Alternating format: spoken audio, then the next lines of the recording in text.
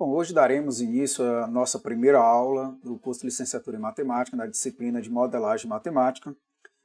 De antemão, nessa disciplina a gente vai ver alguns modelos que são utilizados em matemática e vamos também propor ao final da disciplina que os nossos alunos venham a desenvolver alguma proposta de modelo envolvendo a matemática, tá? Então é interessante você prestar atenção nessas primeiras aulas, que é de cunho mais voltado para conteúdos, para que ao final da disciplina você possa desenvolver esse trabalho fazendo uma pequena apresentação de um modelo matemático ou de uma modelagem utilizando a matemática. Para tal, vamos primeiramente ver aqui o nosso plano de disciplina. Tá? Nesse nosso plano de disciplina, vamos destacar a nossa disciplina, a modelagem matemática. Ela vai ser desenvolvida em uma carga horária de 45 horas. Vamos apenas ressaltar aqui que nessa disciplina de modelagem matemática de 45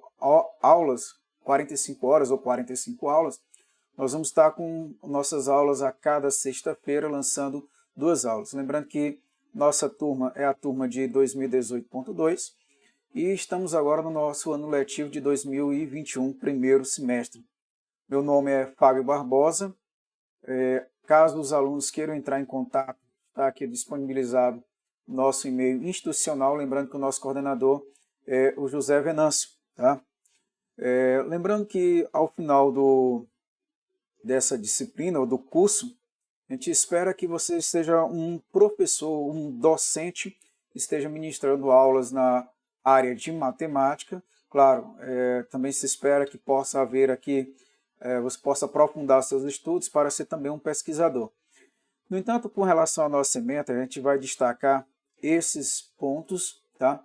Que é as definições de modelo, modelo matemático e modelagem, fases do trabalho de modelagem matemática, utilização de modelos matemáticos e exemplos introdutórios, características desejáveis de um modelo, modelagem matemática, tá?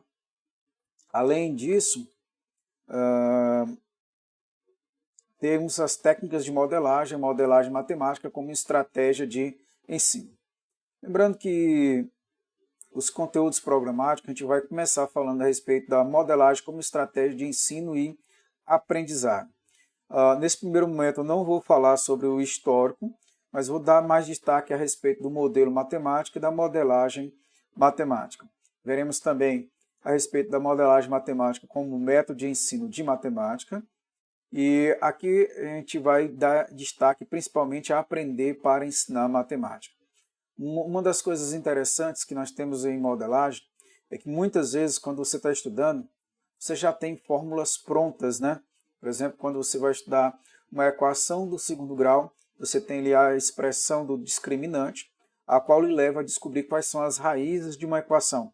Ou então, quando você olha, por exemplo, em análise combinatória, você tem uma combinação simples e já tem uma maneira de você calcular aquela combinação dado N elementos tomados P a P. Então, quando você olha para essas expressões, você deve se perguntar, mas como foi que chegaram a esse modelo? Como chegaram a essa expressão matemática? Quando eu falo de uma expressão matemática, eu estou falando de um modelo. Os melhores estudiosos que a gente pode falar em respeito de modelagem matemática, eu vou destacar o Rodney Carlos Bassanese e a Maria Salete Benvenguti.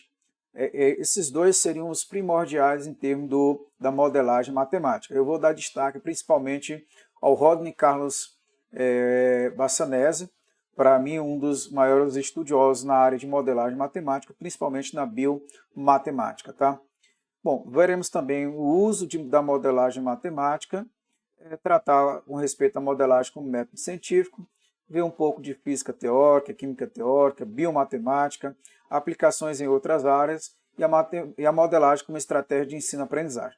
Lembrando que aqui a gente vai apenas citar alguns exemplos, tá, com respeito a essas aplicações, mas a gente espera que vocês possam ser despertados a desenvolver algum exemplo voltado, neste caso, através desses exemplos introdutórios de modelagem matemática.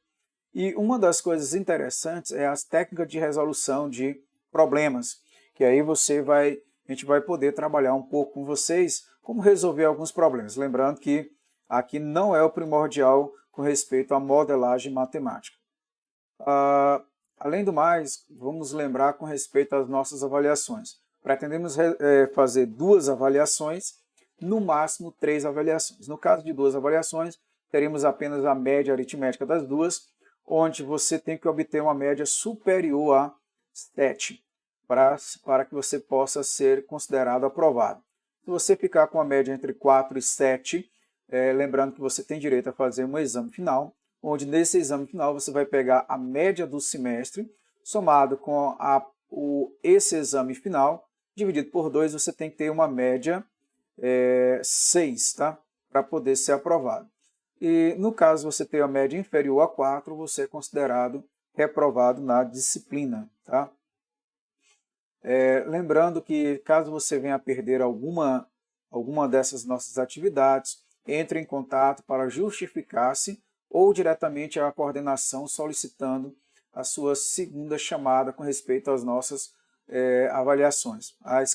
Lembre-se, você tem que trazer uma justificativa no prazo útil de 2 dias, ou, em caso muitas vezes de doença, quando estiver recuperado. Lembrando que, neste caso, nós temos 3 referências básicas com respeito aos livros, né? Nós temos aqui a Lourdes Almeida, nós temos o Carlos Bassanese e a Maria Benvenguti. Eu vou dar destaque a esses 2 últimos aqui, tá? Ensino-aprendizagem com modelagem matemática do Carlos Bassanese e a modelagem matemática no ensino da Maria Salete Benvenguti. Lembrando que você tem outros livros que você pode estar também fazendo pesquisa, no caso, comprando estes livros, né? Disponibilizado em meio à internet. Lembrando que nós temos muitos artigos disponíveis, a qual a gente vai estar disponibilizando para vocês, para que vocês possam estar dando uma lida e se aprofundar um pouco mais a respeito do assunto. Então, vamos agora, já que fizemos essa breve explanação a respeito do nosso plano de disciplina, vamos dar início à nossa aula, hoje tratando da primeira parte, que é modelagem como estratégia de ensino e aprendizagem na matemática. Tá? Então, a primeira coisa que nós temos que ter em mente é saber o que é um modelo matemático. Um modelo é um conjunto de símbolos e relações que traduzem ou representam alguma coisa ou fenômeno em questão. Lembrando, como eu falei para vocês, se você vai na biologia, vocês têm alguns modelos. Por exemplo, a reprodução de bactérias em um determinado ambiente. Você, a partir de observações, você vai notar que a multiplicação, primeiro, ela vai ocorrer de acordo com o ambiente. Então, você tem várias variáveis a qual você vai estar colocando ali e, dependendo das variáveis, aquela reprodução ela pode ser maior, pode ser menor. Isso é apenas um exemplo que a gente pode colocar para vocês. A mesma coisa nesses tempos atuais de pandemia, você vai muitas vezes se perguntar, olha, falaram que aquele remédio tal, ele é prejudicial, mas o outro vai dizer, mas, bom, você utilizou uma dosagem errada.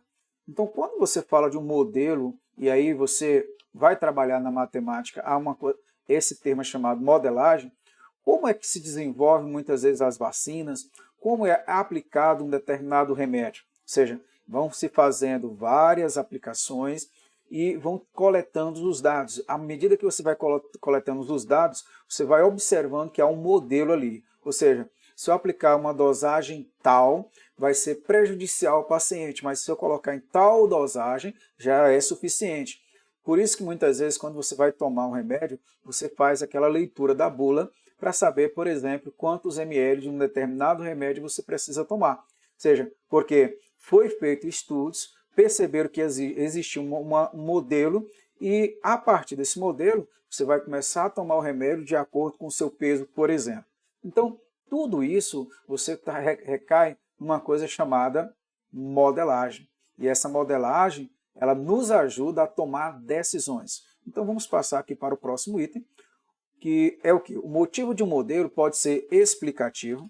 E aqui eu vou colocar para vocês o que seria esse modelo explicativo. Por que ele fala que ele tem que ser explicativo? Quando eu pesquiso no dicionário, a palavra explicativo quer dizer que explica ou próprio para explicar. Então, quando eu olho para determinada situação, quando eu digo que o meu modelo pode ser explicativo, ou seja, ele procura explicar algo. Outro que ele possa colocar, ele falou que ele pode ser pedagógico, e neste caso dele ser pedagógico,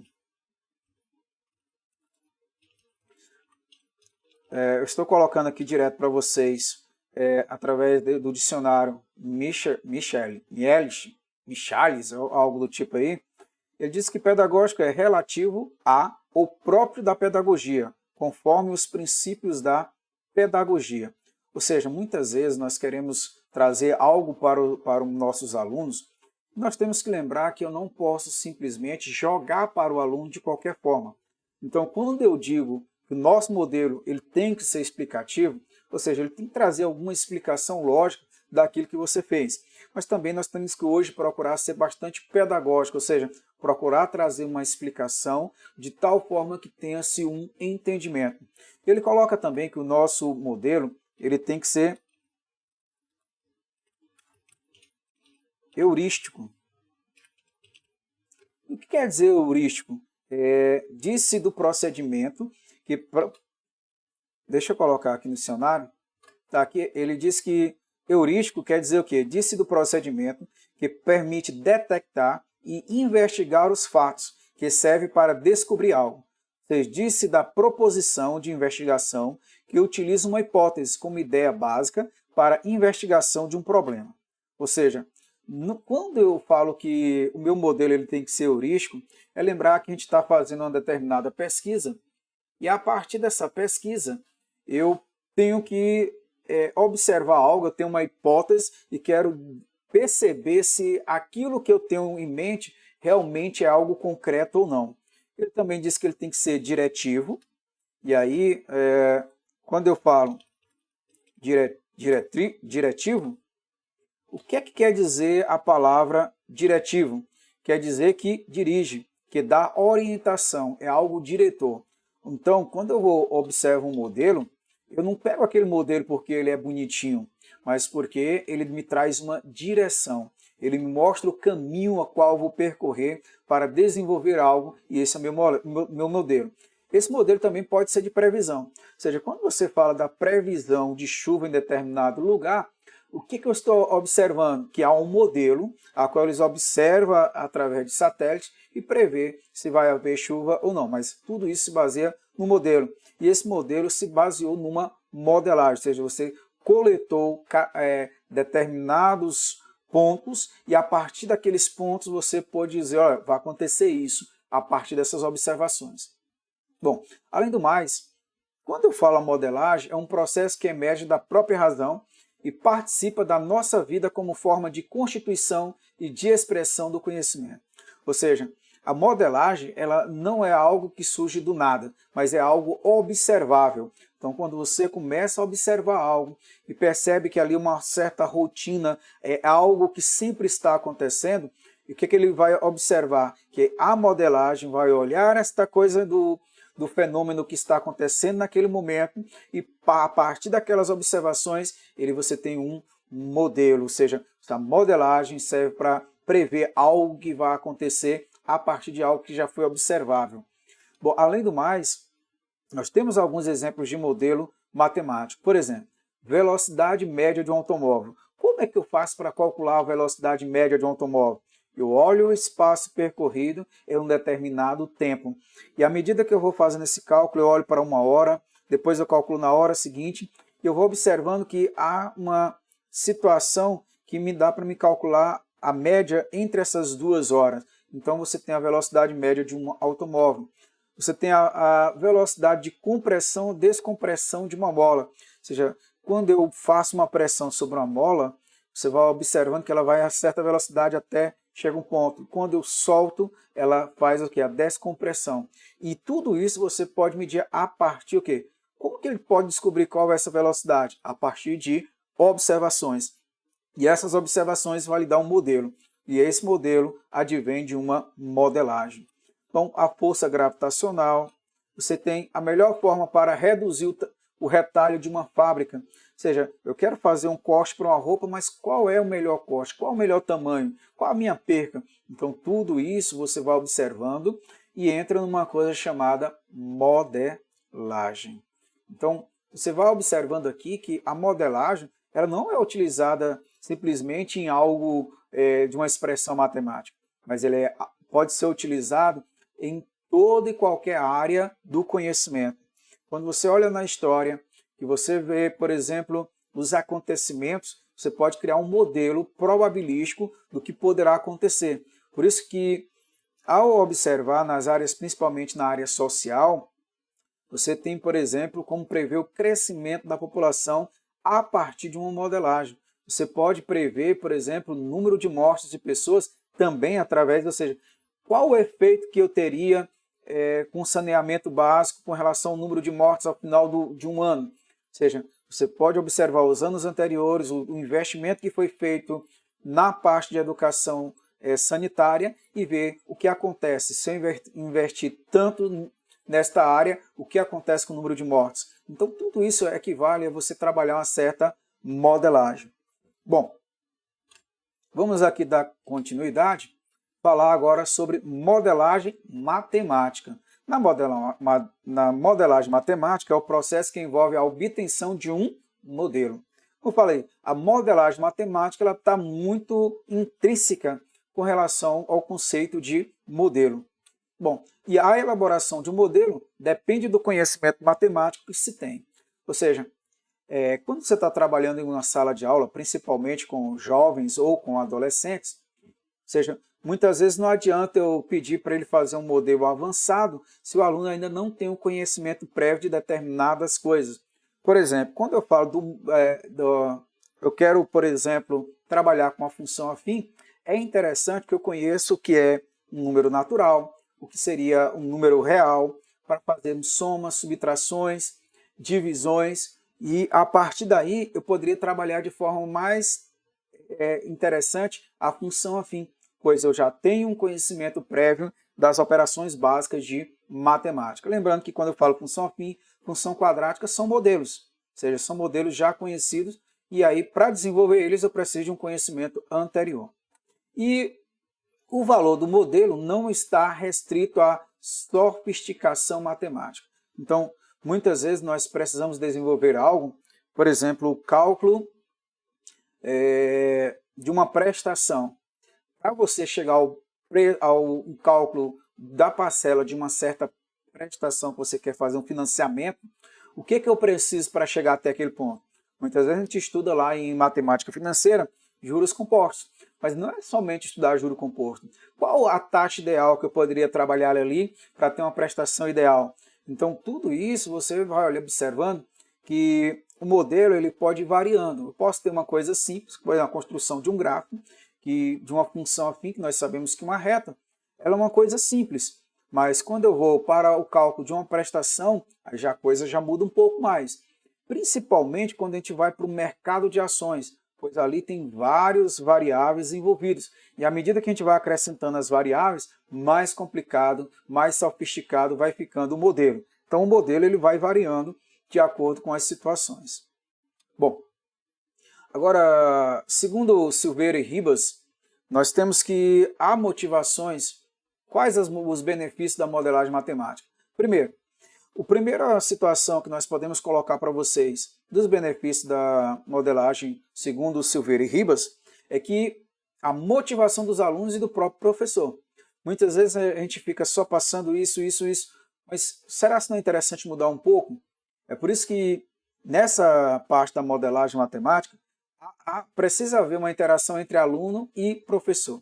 Por isso que a partir desse momento eu já peço a você, vamos fazer uma troca, procure sempre instigando o professor, fazendo perguntas, trazendo algo mais interessante para poder ser apresentado aos outros alunos.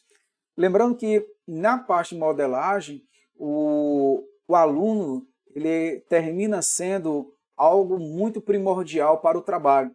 O professor pode até dar as ferramentas, mas essa modelagem se dá principalmente pelo desenvolvimento dos alunos. Outra coisa é a facilitação da aprendizagem. Muitas vezes, por exemplo, tem professores que, principalmente no ensino fundamental, se utiliza de jogos para o desenvolvimento de determinado conteúdo. Ou seja, quando ele passa a utilizar os jogos, os alunos passam a entender melhor o conteúdo e ficam mais motivados para tal. Neste caso, o conteúdo matemático passa a ter um significado, deixa de ser abstrato e passa a ser algo mais concreto.